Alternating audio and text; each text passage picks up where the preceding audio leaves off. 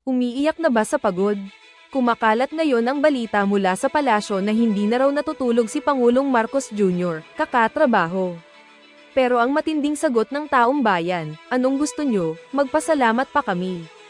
Trabaho mo yan, pinili mo yan. Imbes na puro drama at paawa effect sa media, asikasuhin nyo ang taas presyo ng bilihin at kahirapan na mas nagpapapuyat sa mga Pilipino. Panoorin ang gigil na reaksyon ng mga netizens sa isyong ito.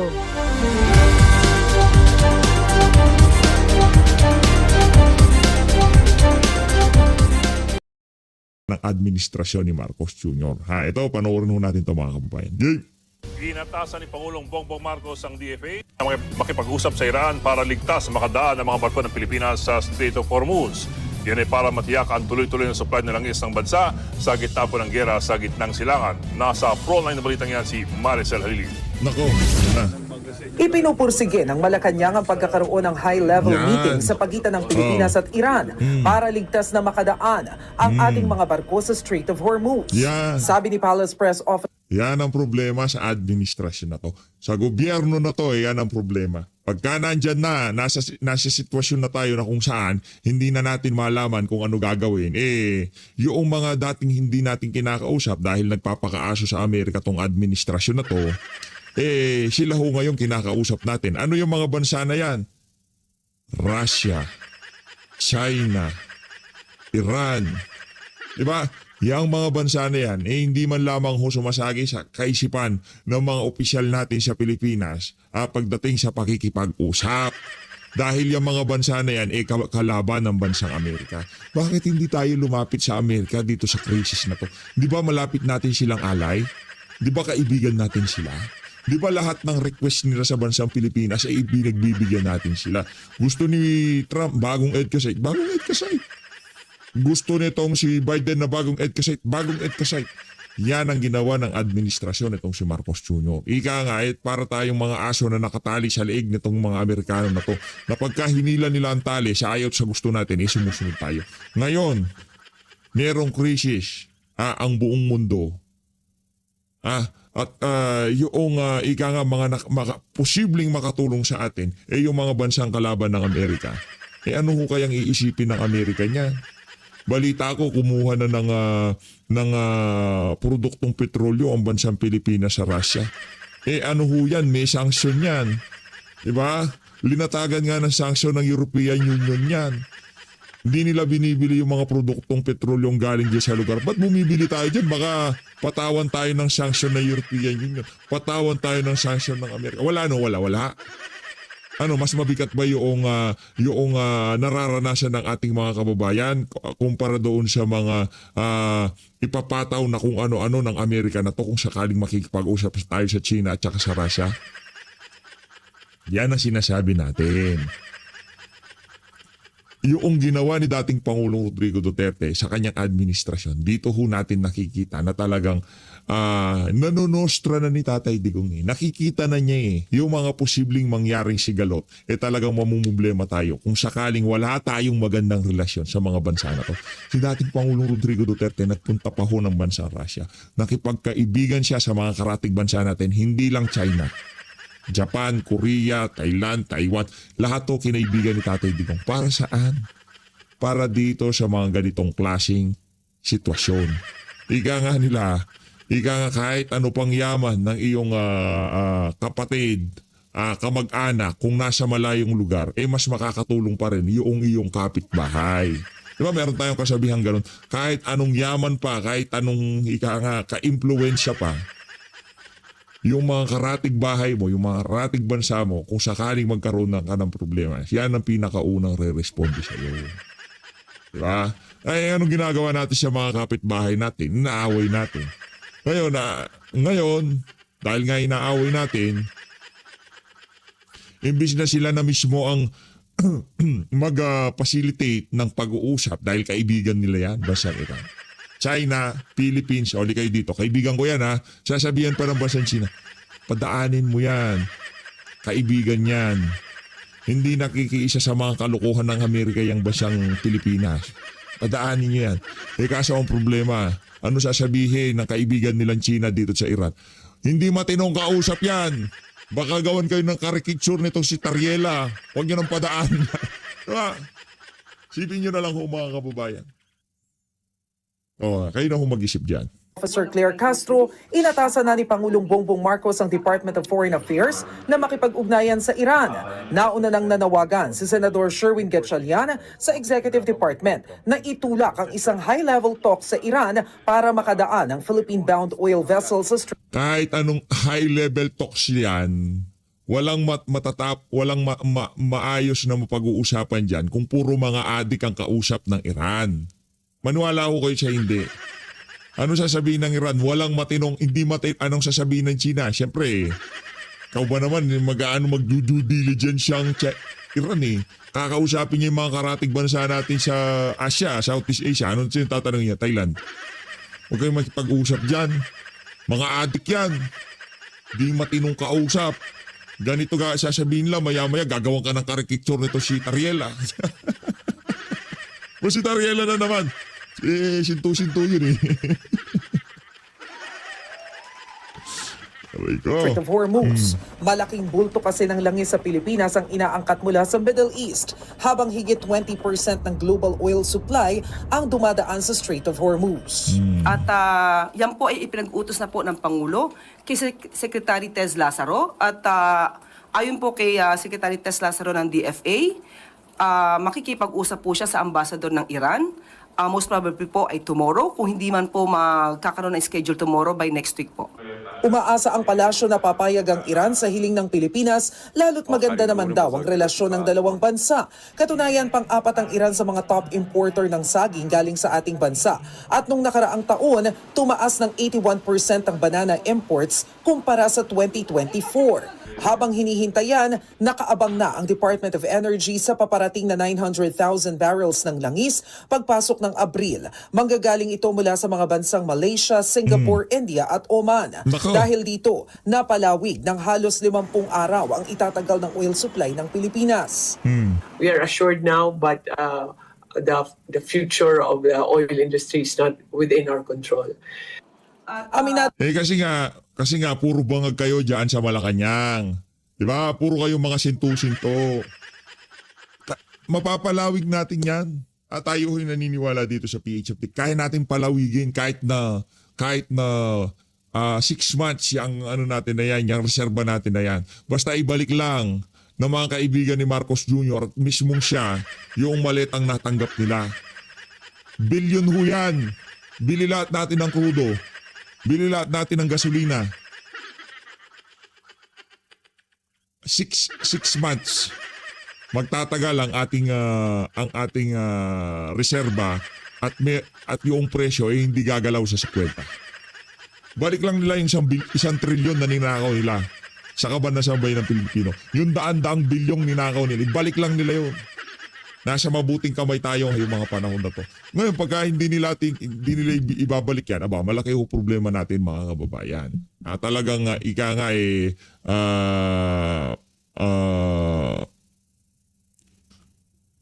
tagilid. No? Tagilid ang sambayan ng Pilipino dito sa isa na to. Ano naman ang Malacanang, mahirap pigilan ang pagtaas ng presyo ng mga bilihin lalo't hindi natin alam kung kailan matatapos ang gulo sa Middle East. Pero tiniyak ng Department of Trade and Industry ang commitment ng manufacturers na walang tataas na presyo ng basic commodities hanggang April 16. Lingguhan daw ang magiging pag-uusap ng DTI at mga negosyante matapos ang April 16 para malaman kung ano ang posibleng maging galaw sa presyo. Pero lahat po ng pwedeng gawin ng ahensya ng gobyerno ay gagawin po para po hindi maging mahirap na pasanin ito sa ating mga kababayan. Sa ngayon, umaapela ng pagkakaisa at pagtutulungan ang pamahalaan sa publiko. So as a country, this is our major appeal to our fellow Filipinos that we support each other, sama-sama tayo, and let's try to be as magtipid tayo sa electricity and fuel para po hindi po affected po yung ekonomiya natin. Nagbabalita mula sa Frontline. Yan ho ang balita mula sa Frontline ha. Ay nahatid ho nitong si, ang pangalan nun, yung kaibigan ni Auntie Claire dyan sa Malacanang. Rekta ho tayo kay Prof. Malutikia. Makikita mo talagang leaderless kahit nagpasa ng EO na ang tawag nga uplift, ang lokohan nga, maa-uplift ba ang Pilipino? Napakahirap itong ginagawa nila na wala talagang financial plan to respond to the crisis. Nako. Walang financial plan, wala pang contingency plan. Nako. Kasi ang una nilang EO is an energy emergency. It's not even a crisis. So, ang definition nila ng energy emergency is supply and demand. Maghanap ka ng supply, makakayanan ang demand. Meanwhile, of late lang, kahapon lang yata nagkaroon ng price control. Nako. So, makikita mo bakit tiyanggi ang Tiyanggi, patsi-patsi. kumbaga ang action Atake, piraso-piraso, hindi Piraso, oo. sabi nga nila whole of nation Oo. bakit hindi nagiging ganun ang approach Pasi-pasi. at hands on deck, wala silang sense of urgency. Naging post naman Prof ni Congressman Leandro Leviste sa nakikita niyang magandang solusyon para maibsan kasi meron siyang nabanggit dito sa recent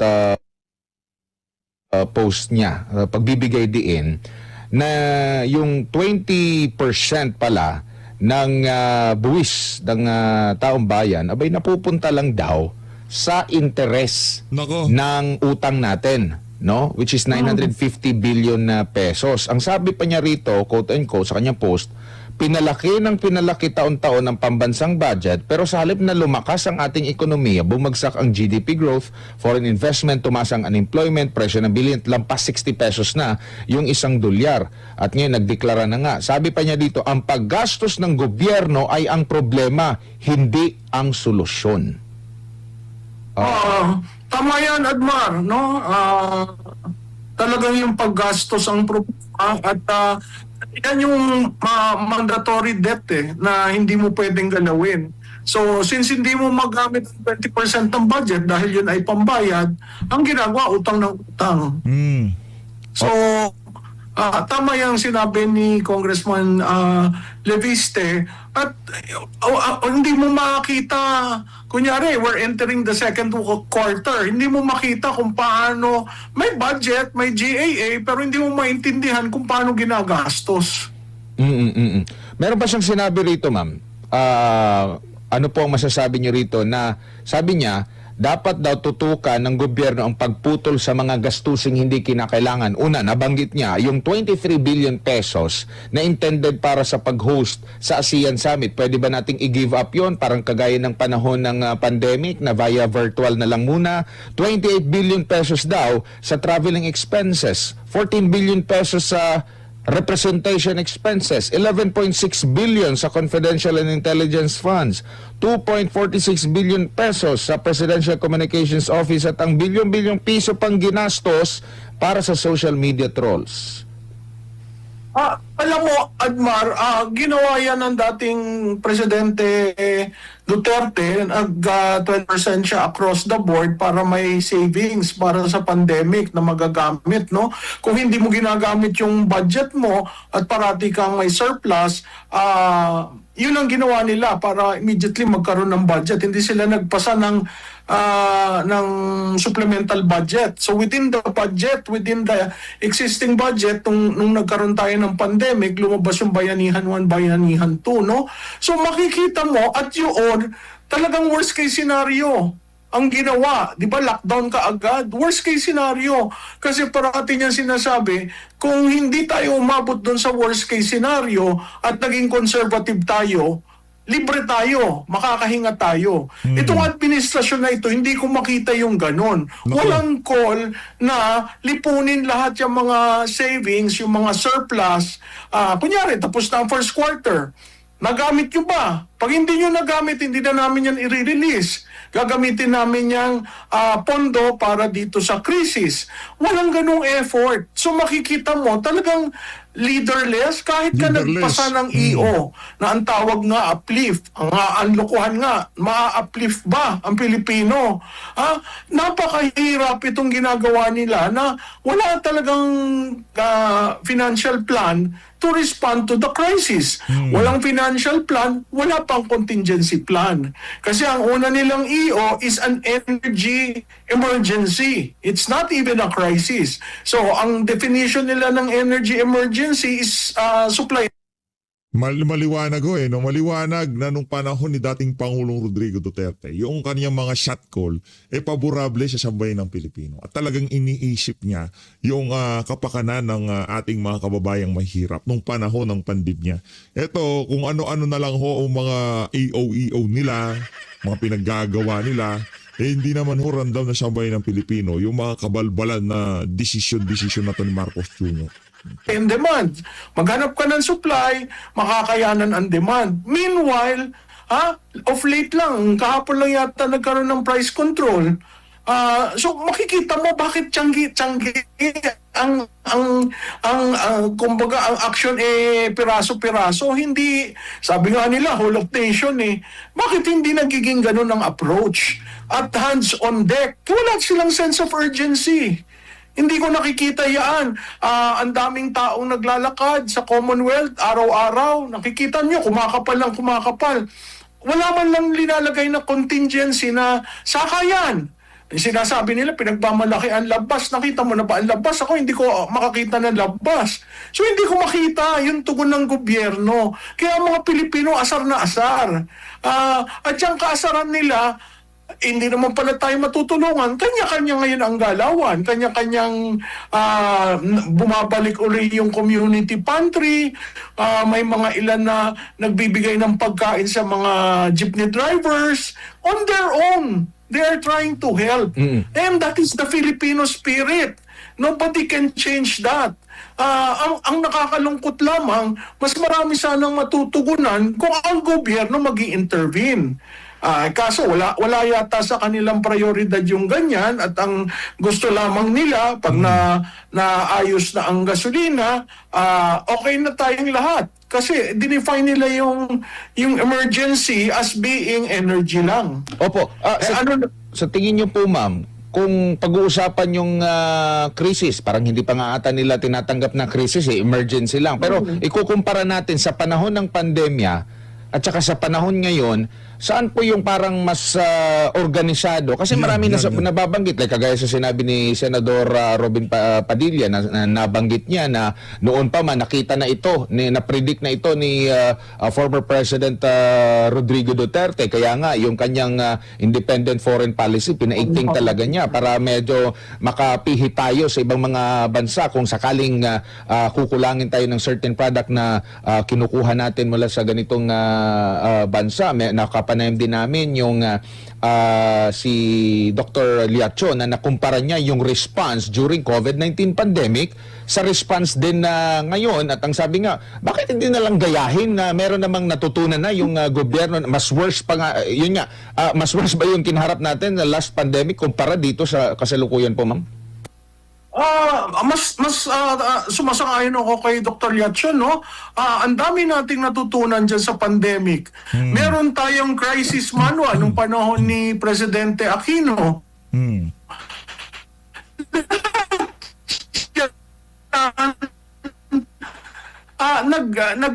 Problema mo, itong leader na ito doesn't look at it that way, no? Ang sa kanya, hindi mo maintindihan kung saan papalo, meron ba siyang pinapaboran na oligarch o meron ba siyang tinitingnan na negosyo na maaapektuhan. Hindi taong bayan ang kanyang tinitingnan kasi kung taong bayan, madali ka agad na respondahan yan at nakagawa ng plano. Hindi tayo nagkulang ng experience, hindi tayo nagkulang ng crisis manual operations, no? Yun nga lang, ang implementation nitong administrasyon na ito ay napakabagal at very reactive. Hindi naghihintay ng worst. Hindi nagde-declare ng worst case scenario para madali ka makagalaw. Oo, ang sabi pa nga ng iba ma'am, na sa panahon ng dating Pangulong Duterte, sa panahon ngayon, walang napapakulong if ever man na merong mga issue like kagaya dyan sa posibleng pagmamanipula sa presyo ng produktong petrolyo. Kasi nung last time na nakapag-uusap kami ni Ma'am Cora Guidote sa ekonomista, last 2022, between 2022 or 2023, ganun din yung level ng Brent crude oil price sa pandaigdigang merkado sa level natin ngayon. Pero hindi natin na-experience yung 130 pesos na diesel po. So, nandun yung posibilidad na baka merong nagsamantala, no? Na-compare nila na mas grabe yung sa panahon ni Pangulong Duterte, doon lang sa messaging lang alone, matatakot na yung mananamantala. Ngayon, wala papakamot lang ng ulo. Oo, alam mo yung natatandaan ko si Secretary Garin nagsabi na may 55 oil stations na all of a sudden nagpalit. Galing yan sa old supply. So paano nakapagpalit? Yun nga yung biglang shoot up, no? Dapat yun nagamit ng Estado yung police powers niya para na-prevent. Kasi may market failure na sa traditional economics, kung may market failure ka, government should intervene. Wala, pinabayaan nila hanggang sa yung inaangkat na lumiit dahil nga may problema, tapos talagang hinahabol yung presyo. So kung makikita mo yung recovery cost, wala silang recovery cost kasi walang nawala dahil ang aga nila nagtaas ng presyo. So yun ang nakakaduda, anong ginawa dun sa 55? Kasi documented yan, in-announce ni Garin na meron silang 55 na show cause order kung bakit ano nangyari at biglang tumaas ang presyo nyo. Pero wala naman nangyari, wala tayong narinig. Tapos sinabi na sa kanila ang problema ng oil industry natin, isa lang ang refinery, which is Petron. Dati may refinery ang Caltex at ang Shell. Nag-alis na kasi lugi sila. So, itong mga ito, kailangan mapag-aralan kaagad at dapat meron ng remedial measures. Kaya siguro naaasar rin ang mga senador kasi nandun sila, nagtatanong sila, anong kailangan yung policy, anong kailangan yung safety net, anong kailangan yung tugon galing sa legislative, sa Senado, no? Kasi yung House, busy-busy sa impeachment. Di ang nangyayari, wala silang makuha, kaya nagagalit yung mga senador. Kasi wala talagang effort na kahit nga yung convening of the National Security Council, hindi tinutuloy. So, anong nangyayari sa gobyerno natin? Yun ang malaking problema. Tapos pinapalabas nila na hindi na nga daw natutulog, sobra-sobra na, hindi nagpapahinga. But that is the burden of leadership. Wala kang magagawa. Kung leader ka, ibig mong sabihin, tayo pa magpapasalamat na hindi siya natutulog, na siya'y puyat na puyat. Hindi yan dapat manggaling sa atin. Ginusto mo maging Pangulo. Diba? Ginusto mong makipaghiwalay sa iyong vice presidente. Ginusto mong siraan siya. Ginusto mo yon. Bakit ngayon sasabihin sa taong bayan na hindi nga siya nakakapagpahina, nakakaawa na dahil ang health niya naapektuhan? I'm sorry. That is what leadership is. And unfortunately, sa Pilipinas, leaders are seen as white horses. Taga-rescue, no? Na hindi naman dapat, pero kung ganitong nangyayari sa atin, sino ang gagalaw? Nasa kanya ang poder, nasa kanya ang kapangyarihan, siya ang leader. Pero wala tayong nakikita na mapapasabi natin na, ay salamat, siya ang leader, ayos ang aking pamilya, ayos ang aking kinabukasan. Wala.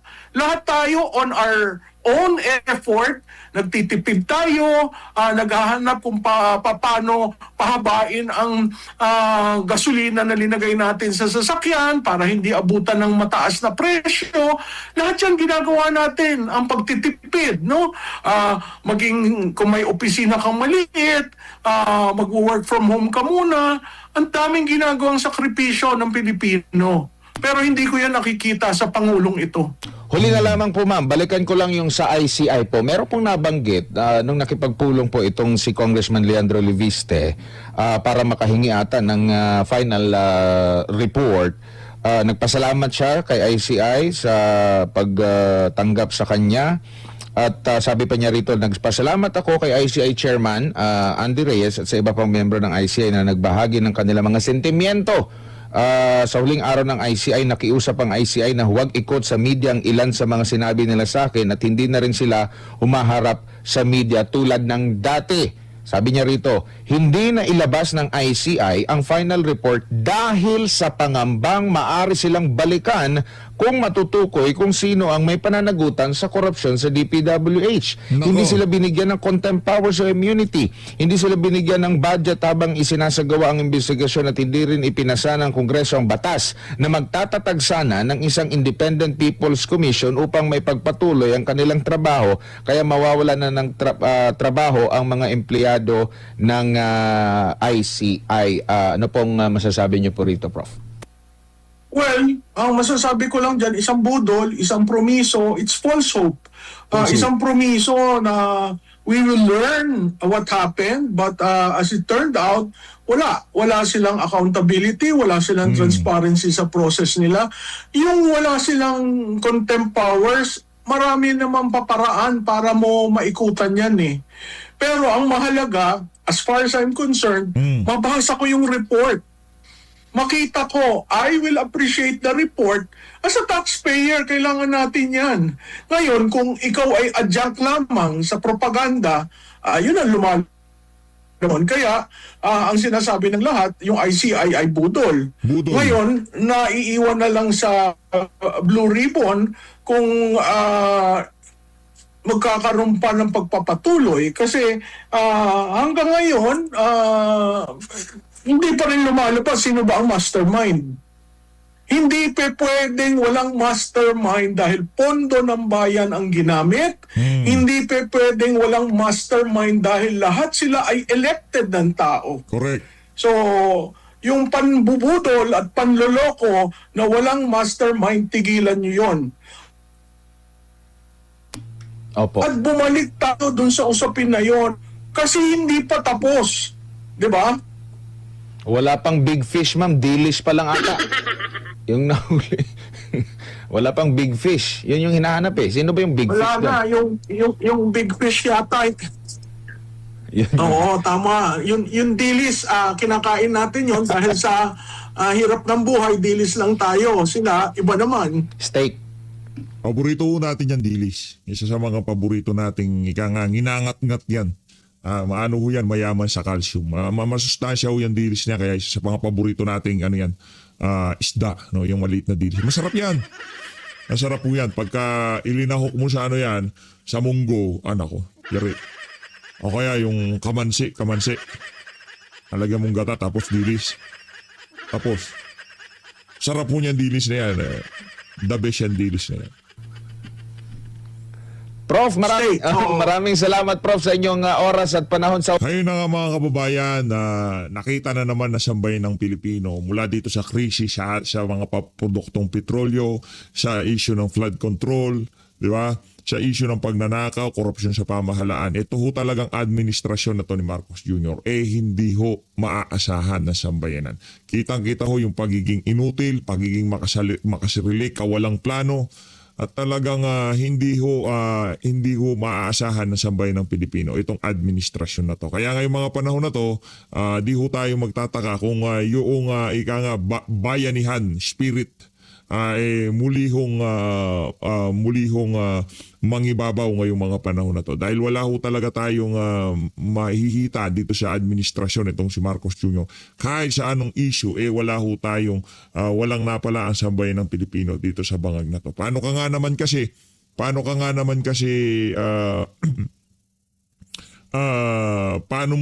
ka titimon, paano mo sasabihan na, uy, wag kayong magtaas ng presyo kung kaibigan mo ito si Ramon ang may-ari sa isa sa mga malalaking oil company sa Pilipinas. Di ba? Paano mo sasabihin wag niyong pababa o paano sasabihin ni Marcos Jr. na price cap? Gobyerno, ano diyan ang